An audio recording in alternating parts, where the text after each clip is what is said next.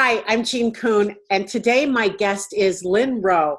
And Lynn is a certified professional coach, group facilitator, and change maker. Lynn helps independent business owners develop the foundation of leadership that serves as a catalyst for growth. Applying knowledge and skills acquired over the decades of working with small and large companies and nonprofits, Lynn guides business owners in strategic planning, sound decision making, and leveraging their strengths for individual team members and developing communications and that build collaboration, respect, and trust. Lynn provides clients with the tools to become outstanding leaders focused on transforming their business for the future and serving as a positive force in their communities. Welcome, Lynn. How are you? I'm well. Thank you so much, Jean, for having me today. Oh, I am so happy to have you today. I know that you're a business coach and where are you located at? I'm in New Jersey. And I do have clients around the world, not just in New Jersey.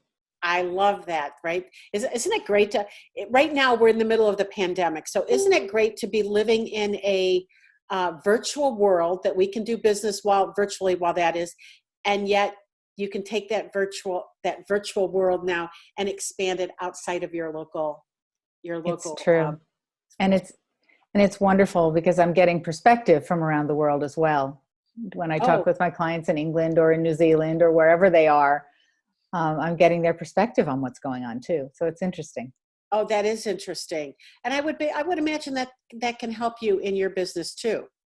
It does. You know, the more I hear about different ways that different countries and different individuals and different businesses are handling situations, the more I have to offer my clients.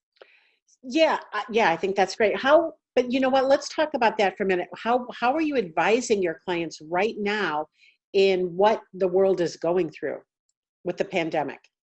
You know, it's really important right now to be flexible, to be willing to pivot, to not just be stuck in I've got to do things the way I used to do them. I actually believe that every business can pivot and do something online. So that's what's important. That's what's important now and going forward. Well, I think going forward too, it's not just going to be about the pivot. They're going to try to pivot back, right? They're going to try to return to what it was like. I hope that they can, right? It's going to be a whole new game out there as soon as we change again, when we can all go back to work. So anyway, let's talk about what you do in your business. I know you have two pillars. You talk a lot about the two pillars of business. Would you mind sharing those with me? Yes, sure. So I believe that business owners, our job as business owners is to lead our businesses. We have to lead them. They have to be profitable.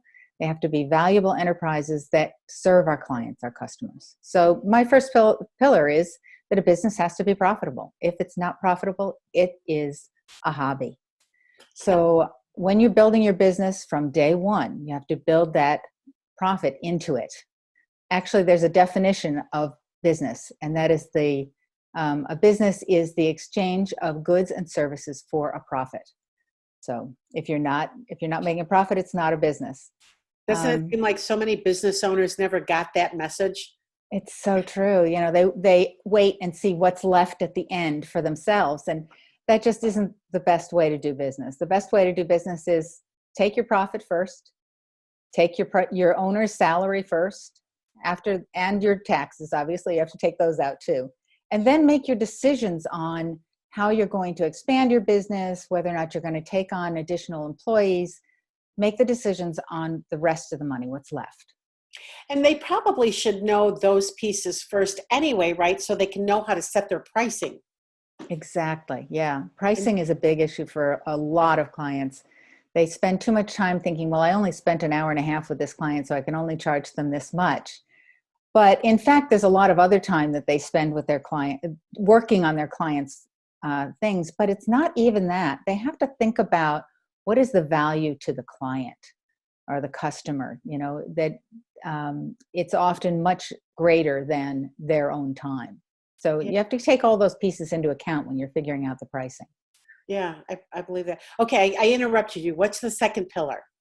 Oh, right. The second pillar is you have to keep your exit plan in mind, even if the exit plan isn't for 20 years.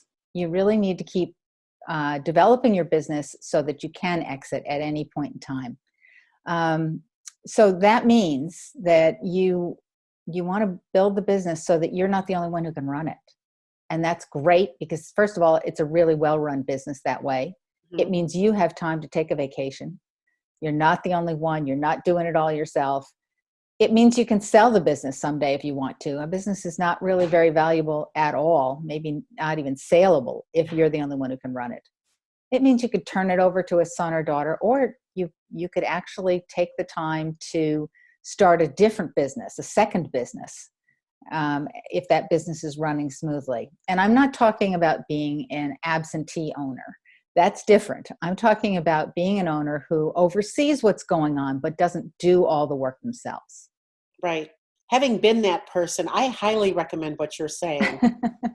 Right? You need to be able to have people who can run your business for you. You do, and you need to be able to take time away from your business to recharge your batteries and know the business will still be there when you get back. Yeah. What do you feel like the top problems are in a business?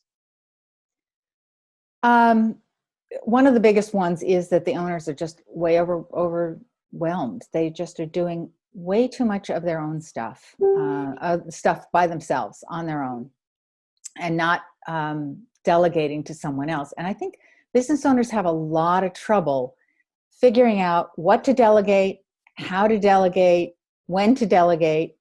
There's a lot of fear that if somebody else does it, it won't be done as well. So that takes a lot of planning to figure out. Well, so let me ask that question because it's absolutely true, as having been that business owner, right, that had employees, and when I didn't do it, it wasn't done as well as it could have been done. So how do you advise your clients to handle that? You know, I think it's really important to start delegating a responsibility rather than a task. So a responsibility, when someone's responsible for something, there may be several tasks underneath that. And they get a sense of satisfaction from having been responsible for doing it the right way to begin with. So it's a matter of training them to begin with, and then actually giving them a responsibility and letting them do it their way.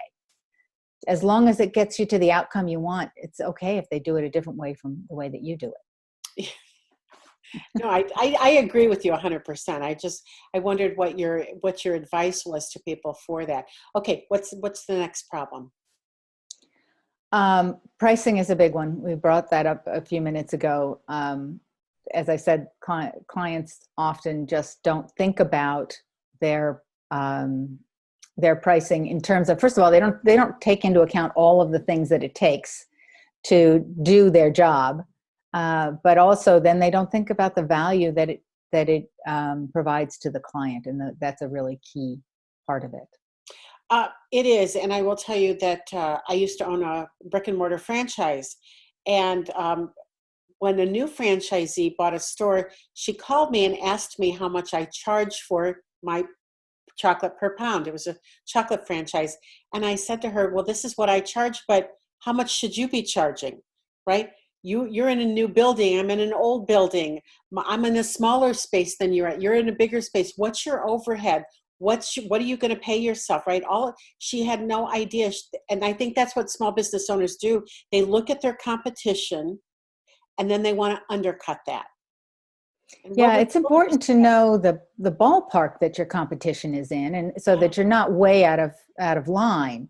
But you also have to know your own costs, and you have to know what it is that you're providing to your customers and how valuable it is to them. Yeah. So do you have any other problems that you help your clients solve? Yeah, strategic planning is really a key issue. You have to think about where you want to be, and you have to make sure you've got a very strong direction to go. So I usually start with thinking about a 10-year direction. Where do we want to be in 10 years? Not specifics. Nobody knows what's going to be happening in 10 years, right? But I know this is the plan for this, right? If we exactly. But you need to know what direction you're headed so that you don't go off on tangents, so that you can keep yourself focused in the right area. Then we break it down to what do you do what do we have to do in the next 3 years? What do we have to do in the next year? And I bring it all the way down to, what am I doing this month? What am I doing this week? So that it's really the small actions that you take consistently on a daily basis that actually will get you to where you want to be in 10 years. Right. Having said all of that, that's the way I normally talk about it. But in today's world with COVID-19 right now, the time frame is really shortened. You still need your direction. This is where I'd like to be. So you can stay focused in the right place. But it's very difficult right now to be saying, this is where I'm going to be in a year. You can say, this is where I want to be in a year. So you can stay focused in that direction, and so that you can figure out that you have to be really flexible and make changes to get yourself to where you want to be. Do you have any clients right now that are brick and mortar? I do. Yep. I have a couple. And how are you advising them? Are they open, or did they have to shut down? So I'm going to tell you a story about one of my clients. She owns a massage studio, and she's a pretty big place. She's got 8 massage people with her, working for her. So it's pretty big. Now, you'd think that that's not something that you can pivot with, right? She has managed to take her business online. Now, if you can take a massage business online, I think you can take just about anything online. Right there, I guess that's what it would look like, right? That's funny. So tell us how she's doing that. So she's doing it 2 ways. She has individual calls with people where she's teaching them how to massage themselves, or teaching someone in their family how to help massage them. And specifically, they're shorter than a regular massage session, but it's to deal with the issues of sitting too long at a desk and all the other things from being home all the time. So she does that, and then she's doing group sessions where she's teaching people to massage themselves. Wow. To get rid of the pains and aches and pains that they have. So, yeah. Good for her, right? But you're right. If she doesn't, I guess she's closed up, right? If you can't pivot, if you can't figure this out on how you have to do business differently, I mean, we all know people that are just sitting back right now, not doing anything because they haven't stopped to think about how they need to pivot. They just think that this will be over soon. Right. It's so true. And, in her case, she's actually selling packages because people want to work with her as soon as she's opened again. Right. So not only is she selling her services when she's working with people online now, but she's selling packages for when she opens. And we were talking the other day about a great package for Mother's Day coming up. It includes an online thing for now and a full massage for later when they're open. Oh, that's awesome. What a great idea, right? Totally great idea. Yeah. I think that'll be a great package for her. So what do you, what are some things that small business owners can do besides that now that they're closed? I mean, for those that are closed, physically closed, besides that, what can they do? So, maintaining a strong customer relationship is really key. Contact your customers, talk to them, listen to them. If it's at all possible, call them on the phone, send them an email, let them know that you care. And it needs to be sincere. Don't send the mass email that says, this is what we care about. You need to be much more personal than that. So that's one thing you can do. Second thing, don't stop your efforts to reach customers. It's not, or potential customers. Use social media, use the email marketing, give them valuable information so that they'll remember you when you open up again. Another really great thing to do right now while you're closed, you have a little bit more time, really look carefully at the processes and procedures you have in place. As we grow a business, we start doing something one way, we keep doing it that way, and we keep doing it that way. And it's really not the most efficient way to do it. Right now, you have a little bit of time to think about how can you be more efficient? How can you be how can you do things better? So it's a great time to do that. Yeah, that all sounds like amazing help that you're providing them. So I know that you work with clients developing a strategic plan for the results that they're looking for. But how can you plan now in this environment? because we don't really know what's happening day to day. Yeah. It's really about having multiple plans. You know, I have a plan for if I'm opening on May 15th. I have a plan for if I'm opening on May 30th. I have a plan for if I have to pay another month of rent without any money coming in. It's really about having multiple plans. And the other thing that I think is really important is to start thinking about multiple streams of income, so that you're not in the future relying only on the one stream of income. Oh, that's something great that everybody should be thinking about. So you're advising your clients right now that they should be thinking, how can we implement another revenue stream or two into the business? Yeah. Oh, that's amazing. It has to still be within the purview of what they're doing. Don't Right. go off and start a whole new something at the moment. Exactly. Right. Yeah, you have to be clear when you say that, right? Yes, exactly. For those ADD clients. Yeah. So if somebody's loving what they're hearing from you and they're like, yes, Lynn gets me. She knows that this is what I need. How can they reach you? So you can reach me on my website, lsrconsultants.com, Okay. or you can call me. My number is 201-248-6606. Awesome. So I don't know, we did not talk about this, so I'm just going to ask if you have anything that you want to, like, do you have a free call or a free lead, a free report, or do you have anything free for them today? I do. I'm welcome to have a call with anyone who would like a full free call to help you figure out what the next steps are for you and your business.